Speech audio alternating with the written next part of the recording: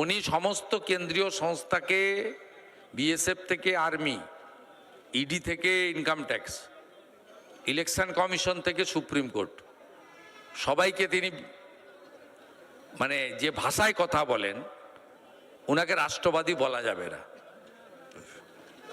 উনি এখন হিন্দু ভোট পাওয়ার জন্য চারিদিকে নারকেল ফাটিয়ে বেড়াচ্ছেন, কিন্তু ট্রেন ছেড়ে গেছে।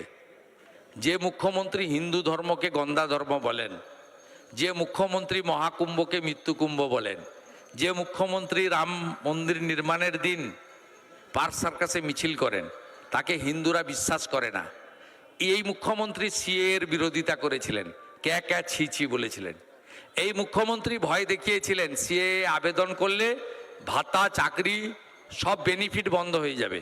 আজকে 65 থেকে 70 হাজার লোক অ্যাপ্লাই করেছে, যার একটা বড় অংশ বনগাঁ রানাঘাটের, 80% লোক, এবং এর মধ্যে প্রায় 1500-1700 জন সার্টিফিকেট পেয়ে গেছে, বাকিরাও পেয়ে যাবে, দ্রুততার সঙ্গে পেয়ে যাবে।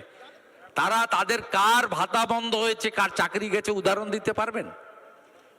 এই মুখ্যমন্ত্রী সামগ্রিকভাবে হিন্দু বিরোধী, এবং মোল্লা ইউনুস যা করছেন উনিও এখানে তাই করতে যাচ্ছেন। জামাতিদের মুখ্যমন্ত্রী।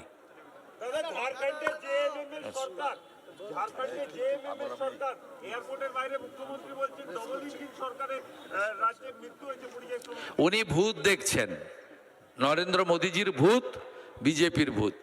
তাই হেমন্ত সোরেনকেও তিনি ঝাড়খণ্ডের জায়গায় বিহার বলে ফেলছেন। অবিলম্বে চিকিৎসা দরকার, এবং সবচেয়ে ভালো চিকিৎসা হয় রাঁচিতে।